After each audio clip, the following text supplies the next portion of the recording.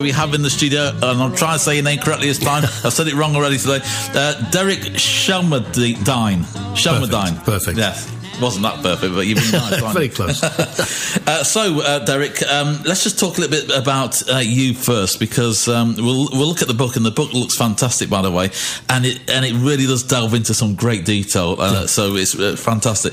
But where did you first fall in love with music then? Oh, as far back as I can remember. Yeah. I mean, I'm very much a product of the 60s. Yeah.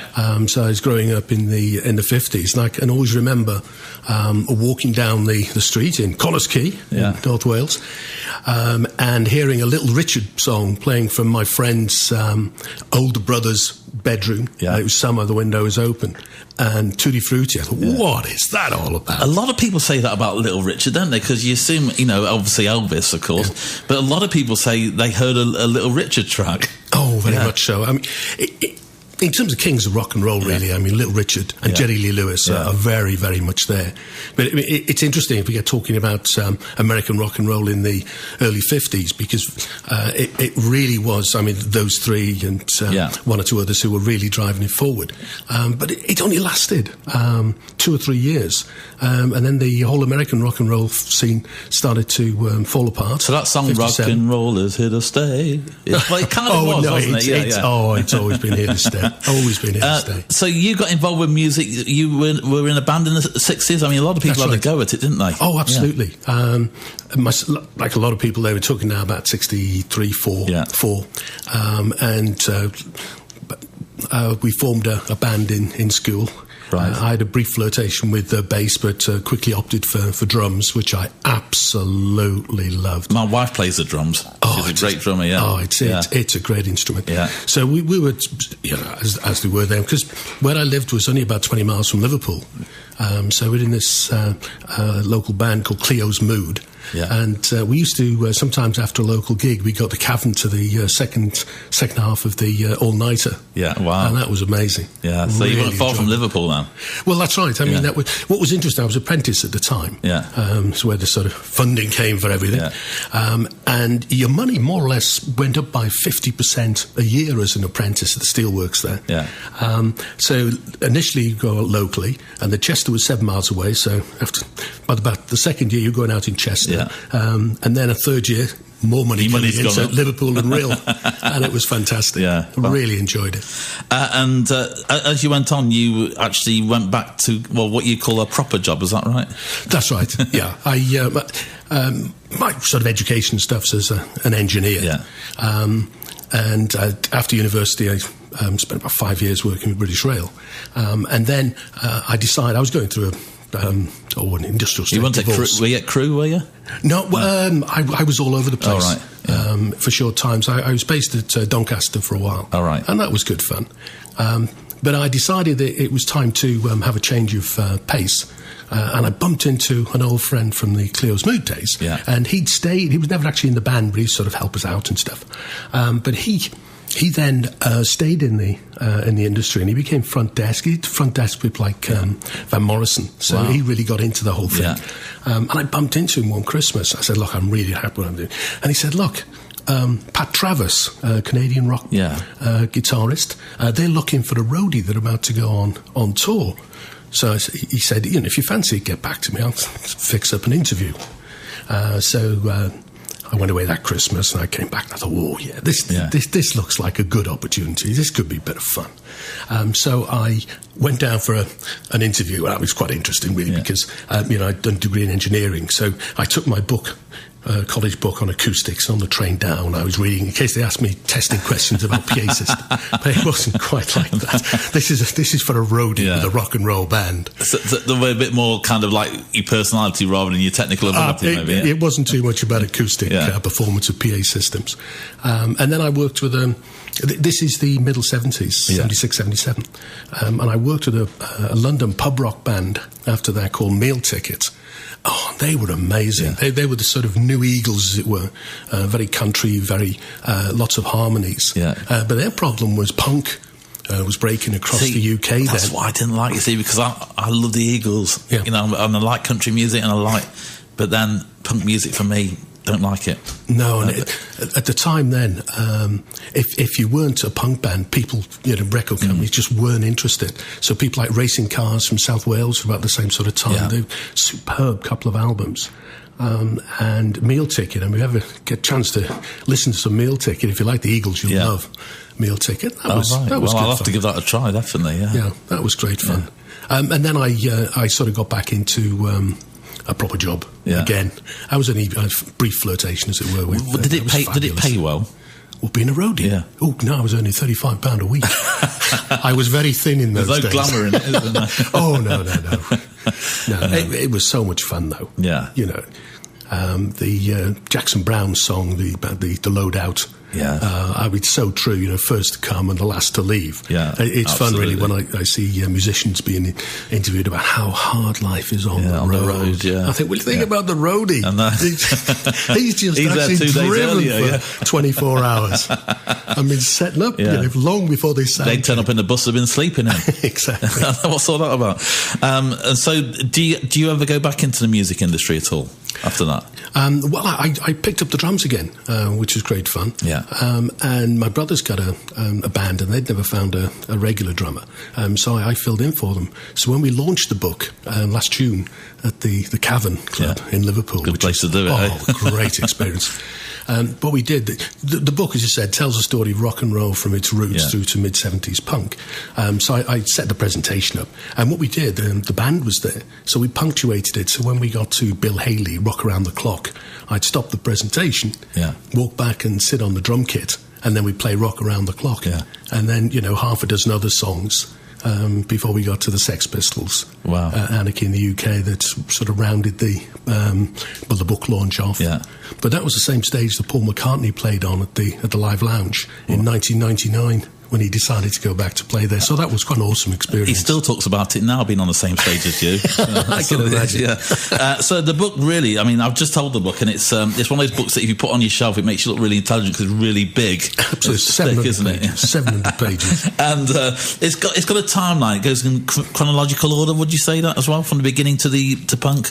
That's right. Well, the book itself's got a unique 3-part design. Yeah. So the stories themselves of what was going on, births, deaths, recording sessions, interesting things that happened, they're all in a it happened today format. So January the 1st through 31st December, more or less a page for each day.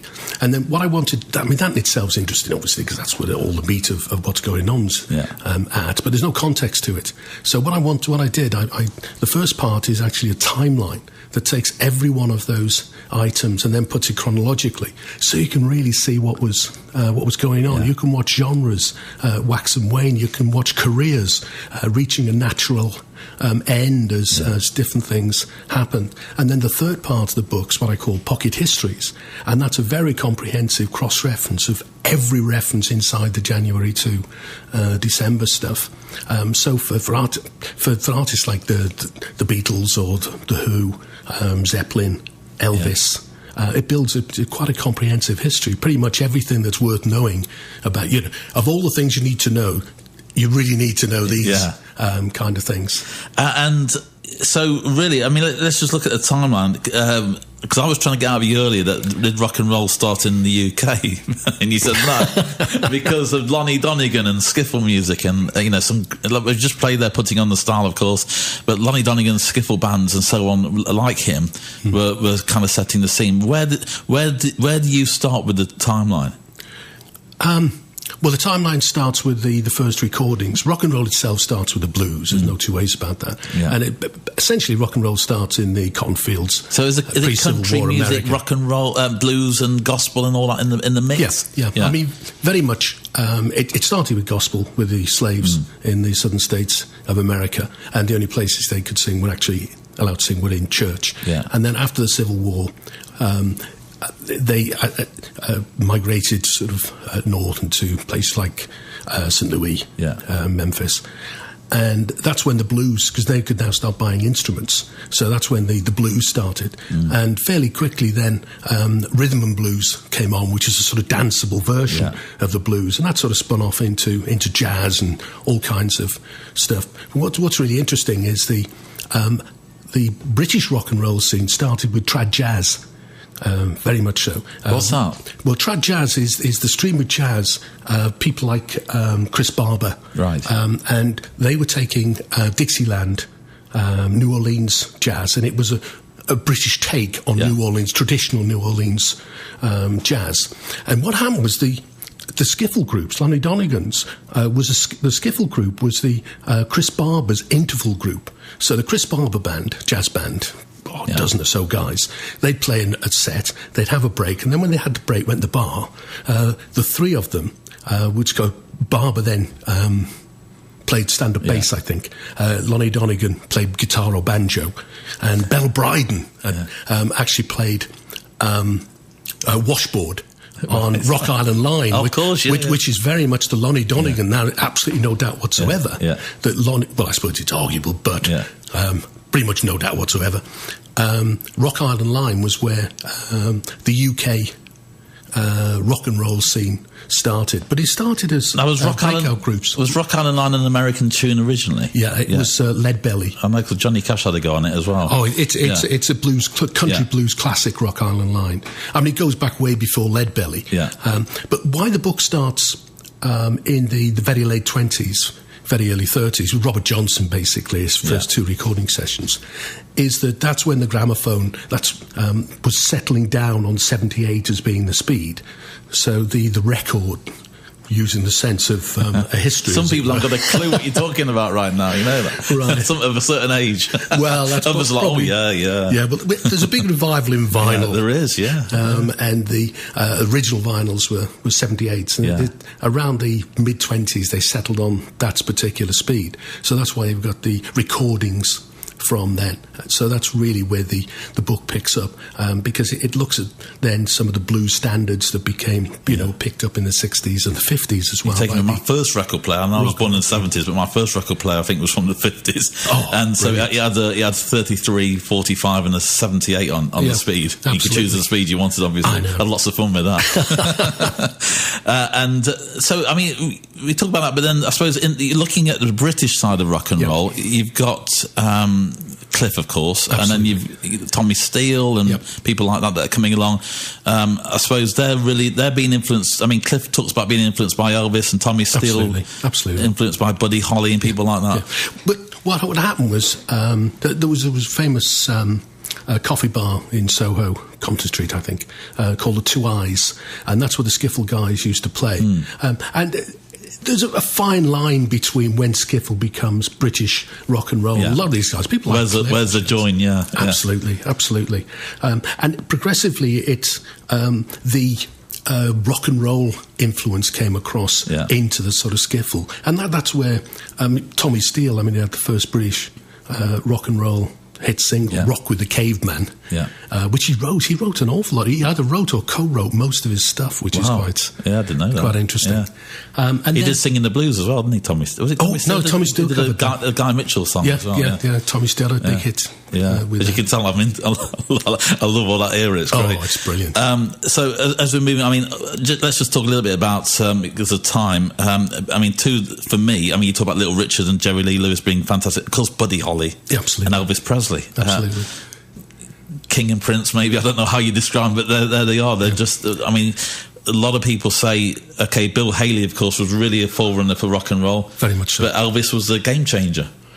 Yeah, I think a few interesting things. This is all around the sort of 54, 55, 56 kind of area. And Bill Haley recorded Rock Around the Clock. Yeah. Originally, it was a B-side, 13 women and only one man in town. Sank without trace. But it was. I've got to listen to that now. Now you said it, I've got to find that song and listen to it. It's well worth a listen. But what happened was it was used under the credits of Blackboard Jungle in 1956, the movie, and for some reason it really caught the imagination, and it literally kick-started rock and roll. So you could very much say that Bill Haley was the first rock and roll hero. I think the reason he never became the king. He was a lot older than Elvis. I remember somebody saying, because I was watching an Elvis documentary, somebody once said that it was like watching your dad singing Bill Haley, as great as he was. Yeah. But when Elvis came along, suddenly you got this young guy who sounded like a black guy. Absolutely. Singing with a great voice and great movement and just had the full package. Absolutely. Yeah. And that's what changed very much there. But Elvis is interesting because he had three very distinct and different careers. Because he was the 50s rock and roller, went in the army, I think, about 58 for 18 months or so. Came out, and his manager, Colonel Parker, actually drove the career path very much. And Elvis came out of the army and became a matinee idol. Yes. And made, I think, about 31 movies across the 60s, finished in 69. And then he got back into live performances around 68. 68 comeback, wasn't it? Yeah. That's right. And I think he was waiting to come out of his contract, am I right? Absolutely. He's just dying to get out of that contract and get on and perform again. Very much so. Yeah. I mean, that TV special, amazing to see. Absolutely, if anybody's never seen it. Absolutely incredible. Because those were his first live performances since about 1961, 1962. It's amazing when you think about it, And then he became the ultimate cabaret artist in the 70s. Yeah, very much so. And so, I mean, you can look at, like you say, you can look at each actual career and see the progression of rock and roll, I suppose, in many ways, can't you? Very much so. I mean, that's one of the reasons I did the timeline at the beginning. You can actually watch careers coming and going. You can see how they have Cliff's, that, don't they? Yeah. I mean, you see British rock and roll really finished very quickly. It started and burnt out because the beat groups came along around 1960s when they started going to Hamburg and all sort of doing their apprenticeships, as it were, in Hamburg. And then, of course, you got the British invasion, which was a real game changer. Because what happened before, the 1950s, absolutely dominated by the Americans. And then after the death of Buddy Holly at the end of the 50s, there was a sort of a time when nothing really was going on. Yeah, I was trying to think of some of what's his name, Avalon. Frankie Avalon. Yeah, there was that kind of singer, wasn't it? Yeah. They became the clean-cut face of rock and roll. But what happened then in American music was you had the dance crazes with people like Chubby Checker. Yeah. You had Phil Spector, of course. I mean, he started in the late 50s, and he was through the very early 60s when he was most successful. Yeah, with the Ronettes and... Yeah, exactly. But what happened then was that the Beatles came along, basically, in 1962 in the UK, Love Me Do. And by 64, Capitol Records, who was the sister company of Parlophone, didn't actually pick them up for the first year. It was a small company called VJ that put records out. Didn't have an awful lot of commercial success. But Capitol finally recognised that maybe these Liverpool lads have a bit of commercial potential. So 64, and they went on the TV show. Ed Sullivan show, that was the one. And they took America by storm. And that's when the British invasion started. And for the next 2 years, till about 66, the Americans couldn't get a look in. Wow. Well, we might have a call here. Let's see. Good afternoon, live on TRE. Who's calling? It's John Dodd. Hello, John. Listen, that guy that's talking there, he's the first one, and the BBC never get it right, about Blackpool Jungle. 1, 2, 3 o'clock, 4 o'clock. I was in the Gaumont cinema after the film had been released, and they were all out in the aisles jiving, and that's when it really, really kicked off. Yeah, very much so. Yeah, I'll never ever forget it. Really, rock and roll was born. Yeah. And from then on in England, nearly all the dance halls, no jiving, and these big heady guys trying to tell us not to jive. And they just didn't want it, same as the Americans. But I'm John, afraid it was here to stay and always will be. John, my dad told me you went to Locarno in the early 60s, and that's where he met my mum, at Locarno in Derby. And they had the big band on, and he used to operate the spotlight. And every now and then, him and his mate Rob Hull used to shout, "Play some rock and roll." It took a long time for everybody to wake up. It was here to stay. And I tell you what, when Ricky Valance did La Bamba in 55 or 56 it was, that really, they all took off. In fact, there's so much competition, so much jiving records. I mean, La Bamba's never, ever going to die. And the Spanish group that did it's not bad. Los Lobos, But Ricky Valance was the king, the same as Bill Haley was rock around the clock. Cheers, John. Thank you. All right. Bye-bye. We're running out of time here, but let's get on to a script. With that, we probably see, am I right in saying, the likes of the Four Seasons and Frankie Valli and the Four Seasons and the Beach Boys, of course, coming off the back of the British invasion. Would that be right? Well, the Beach Boys were a little bit early because one of the things that happened in the early 60s was surf music. Yeah. So, I mean, they were the Pendletons, changed their name to the So Beach they were Boys. prior. No, I never knew that. I always assumed it was the other way around. But, no, they were one of the few bands that really was carving its own niche. Yeah. Because what was happening is that American bands would call themselves like things like the Beefeaters, who didn't do too much until they changed their name to the Byrds, and then had one or two hit records.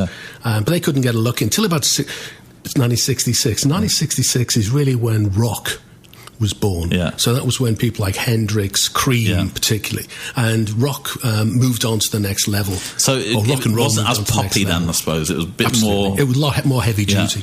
I remember at the time, it was often referred to as heavy blues. Right, I can remember buying Cream's second album. The Stones, of course, had a big influence on that. That's right. Well, because they came out, of course, in the early 60s. They were part of the beat boom. But that sort of separates into your sort of Beatles faction. And then you had an R&B faction, so you had R&B groups like the Animals, the Rolling Stones, and the like. Yeah, it's fantastic. So let's, because of time, let's move on to this time, which I'm not so keen on, but anyway, punk music comes in. That's where you kind of bring it to a close in the book. Was that a natural place to bring it to a close? Yes, I think so.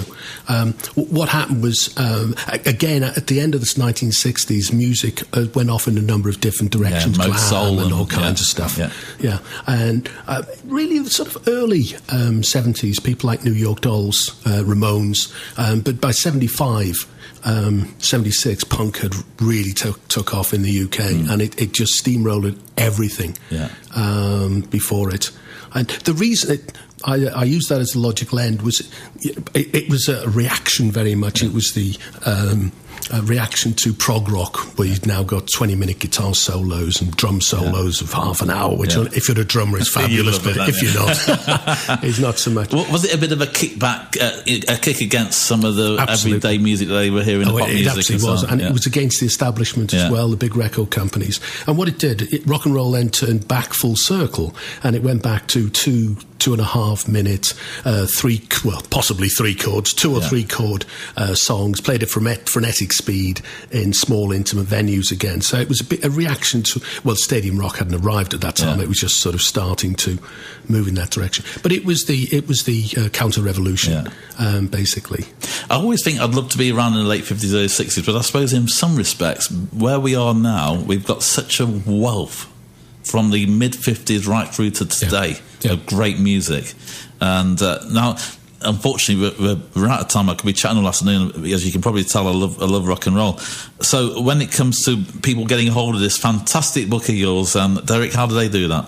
Amazon is a great place to go. It's available on most Amazon sites I've ever come across. But what's really the book sells. The book's priced in pounds. £24.90, £25 basically. So about €30. And you get a lot of books for that money. 700 pages hardback.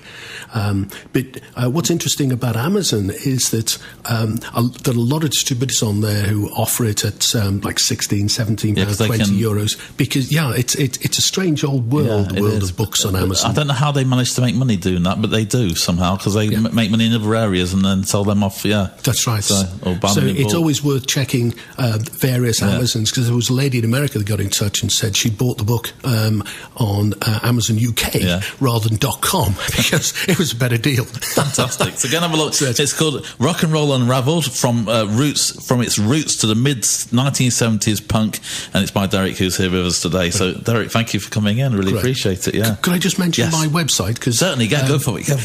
What I try to do very much is complement the book with lots of other stuff, and that's rockandrollunravelled.com. Simple as that. Now I'm going to play Elvis and Blue.